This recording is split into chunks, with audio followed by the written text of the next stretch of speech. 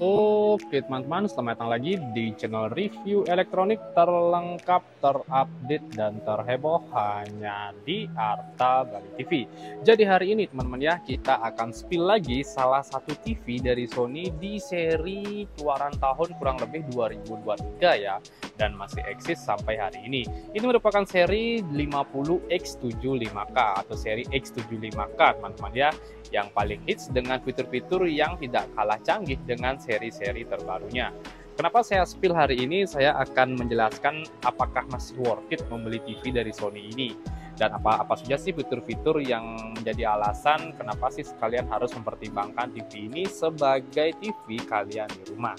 Oke, seperti biasa juga untuk kalian jangan lupa juga ya terus dukung channel ini dengan cara klik like, subscribe, dan di-share hanya di channel review terlengkap, terupdate, dan terheboh Arta Bali TV. Tanpa basa-basi lagi, kita langsung saja ke penjelasan yang pertama. Nah, oke, untuk pertama di sini kita bisa lihat inilah dia tampilan look depan dari TV Sony di seri 50X75K-nya atau di seri X75K, teman-teman ya. Dan sekedar info, seri ini ready dari ukuran 65, 55, 50, dan 43 inch yang paling kecil. Karena sekedar info, ini merupakan seri keluaran TV Sony di tahun 2023 ya, dan masih diproduksi sampai hari ini. Karena fiturnya tidak ketinggalan ya dengan seri-seri terbaru. Oke, yang pertama di sini saya akan langsung jelaskan ya kenapa sih TV ini masih sangat worth it untuk kalian di tahun 2025 ini. Yang pertama dari segi fitur teman-teman ya, TV ini sudah menggunakan OS Google TV. Secara tidak langsung TV ini bisa langsung update ya untuk software, dan aplikasinya pun bisa update terus. Berbeda dengan Smart TV yang mungkin aplikasinya tidak bisa di-download lebih banyak dibandingkan dengan seri Android maupun Google TV. Itu ya alasan pertama ya, jadi TV tidak akan ketinggalan zaman baik itu aplikasi ya, karena yang paling penting itu poinnya aplikasi dan update software. Jadi ibaratnya kalian mungkin beli tahun 2023 sampai 2025 ini pun masih bisa update. Jadi menurut saya sih sangat worth it, sekali beli bisa pakai selamanya. Nah, selamanya sih mungkin masih 6 tahun ke depan masih oke lah untuk OS-nya teman-teman ya.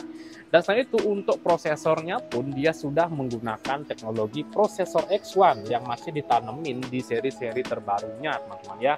Karena Sony hanya memiliki dua prosesor, yaitu XR prosesor di seri premiumnya dan X1 prosesor di seri middle low-nya. Jadi ini merupakan seri TV yang harganya paling merakyat dari brand Sony.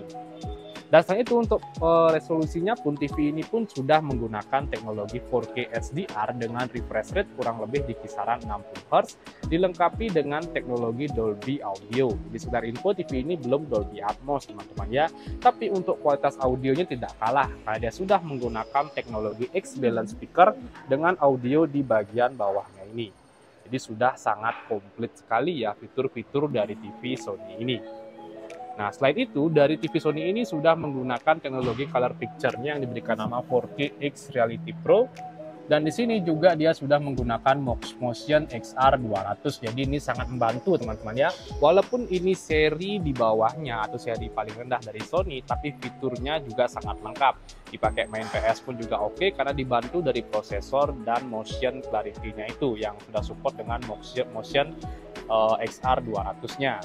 Selain itu untuk audionya di sini dia sudah menggunakan teknologi audio clear face, ada Google TV, dan ada Voicers. Nah, perintah suara pun juga sudah bisa teman-teman ya, tapi dia masih menggunakan remote. Nah, dari segi panel backlight-nya LED di sini dia masih menggunakan soft panel, tapi tidak masalah. Dan yang agak kurang di sini teman-teman ya, dia masih menggunakan tampilan frame yang masih sedikit lebih tebal dibandingkan seri-seri terbaru TV lain yang sudah full frameless. Tapi itu bukan masalah teman-teman ya, ini bicara untuk keawetan TV. Selain itu untuk ketebalan TV kita bisa lihat spill tampilan belakangnya kurang lebih seperti ini. Walaupun dia sedikit tebal teman-teman ya, tapi dia mampu membuang panas ke bagian belakang TV-nya. Dari segi bodi belakang TV-nya dia tidak menggunakan bahan metal, ini cukup baik teman-teman ya. Jadi TV tidak gampang overheat, dan ketebalan TV pun ini berpengaruh untuk sirkulasi panas TV yang bisa dibuang ke bagian belakang TV-nya. Untuk inputnya pun juga lumayan lengkap, dia ada dua port USB, ada dua port HDMI, di bagian samping, di bagian belakangnya pun juga ada HDMI tambahan lagi satu, ada headphone jack, ada kabel antena yang sudah support dengan siaran TV digital. Di sini juga lengkap ya, ada ARC, ini RCA namanya, bukan ARC. Beda lagi kalau ARC di bagian samping di sini untuk HDMI, ini RCA yang merah, putih, dan kuning. Ada kabel optikal dan kabel LAN. TV ini pun juga bisa kalian tempel di tembok teman-teman ya, untuk bracket.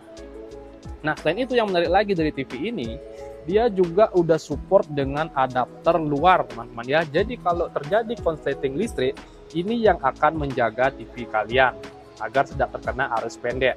Nah, sedangkan TV-TV lain tidak ada yang membawa sistem seperti ini. Jadi untuk proteksi Sony sudah bisa tunjukkan ya, jadi TV ini jauh lebih aman dari tegangan arus pendek. Oke, ini merupakan juga kelebihan dari TV Sony. Nah, sekarang saya akan spill juga ya tampilan menu dari TV Sony ini. Sip, langsung saja kita mulai. Nah, oke, untuk tampilan menunya ini merupakan seri tampilan menu terupdate ya dari Google TV milik Sony. Di sini fitur-fiturnya pun juga lumayan lengkap, berandanya pun juga lengkap, tidak ada perbedaan dengan seri-seri terbarunya. Baik itu aplikasi, yaitu ada Netflix, Prime Video, TV, YouTube, video.com, ada Disney Plus Star. Yang menjadi kekurangan di seri ini ya dia tidak mendapatkan update di Sony Picture Core-nya. Jadi Sony Picture Core itu dia start dari seri Bravia 3, sebelumnya ada seri juga X80L. Tapi di seri X75K-nya ini belum ada teman-teman ya. Tapi kalian bisa nonton di Netflix aja langsung teman-teman ya, walaupun tidak ada Sony Picture Core-nya. Dan itu di sini juga ada film-film yang direkomendasikan di berandai teman-teman ya. Jadi kalian bisa langsung nonton di sini tapi berbayar.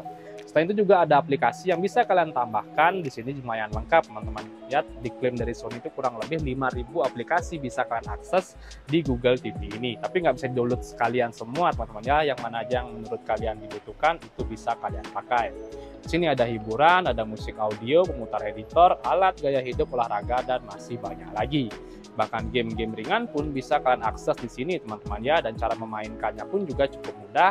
Kalian tinggal membeli gamepad atau stick wireless ya, dan bisa kalian koneksikan langsung ke TV ini sehingga kalian tidak perlu menggunakan remote pada saat memainkan game-game ini.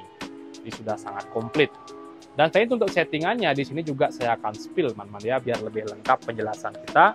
Di sini yang pertama itu ada settingan saluran dan input. Jadi kalian di sini bisa scan untuk jaringan TV kalian. Bisa lihat ya di sini ada tampilan suara, ada settingan jaringan internet. Jadi TV ini sudah bisa kalian koneksikan ke perangkat WiFi, ada akun login, privasi, aplikasi, dan sistem. Nah, di sini kita bisa cek untuk bagian sistem. Dia versi Android-nya saya sih masih menggunakan versi Android 11. Dan di sini juga kita bisa cek untuk penyimpanan dari TV-nya kurang lebih di kisaran 9,4 GB. Ini masih cukup teman-teman ya untuk penyimpanan TV. Nah, selain itu di sini juga kita bisa cek untuk remote dan aksesoris. Jadi kalian bisa di sini koneksikan untuk perangkat Bluetooth. Jadi bisa scan langsung di sini, kalian bisa koneksikan perangkat Bluetooth maupun stick, wireless maupun ada speaker juga yang paling sering digunakan. Paling umum lah istilahnya teman-teman ya. Oke, dari segi tampilan aplikasi kurang lebih seperti itu, dan sekarang saya akan spill untuk kualitas gambar dari TV ini menggunakan video dari YouTube. Nah, oke, langsung saja kita tes ya untuk kualitas gambar dari TV Sony di seri 50X75K ini. Di sini kita langsung menggunakan video dari YouTube ya, dan kalian bisa lihat sendiri sebagus apa sih untuk kualitas 4K-nya. Bisa spill, dan kalian bisa nilai sendiri.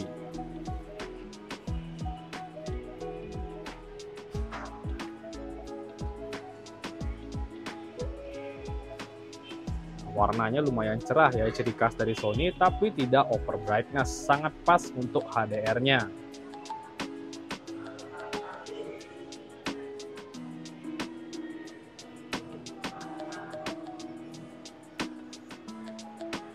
Lumayan oke.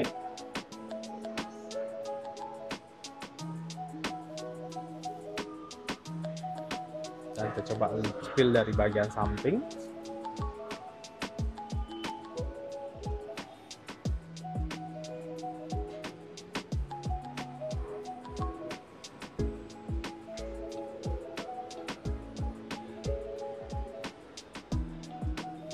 Oke banget ya, pergerakan gambarnya pun juga cukup smooth walaupun TV ini memiliki refresh rate 60 Hz. Wow, warnanya sangat pas ya.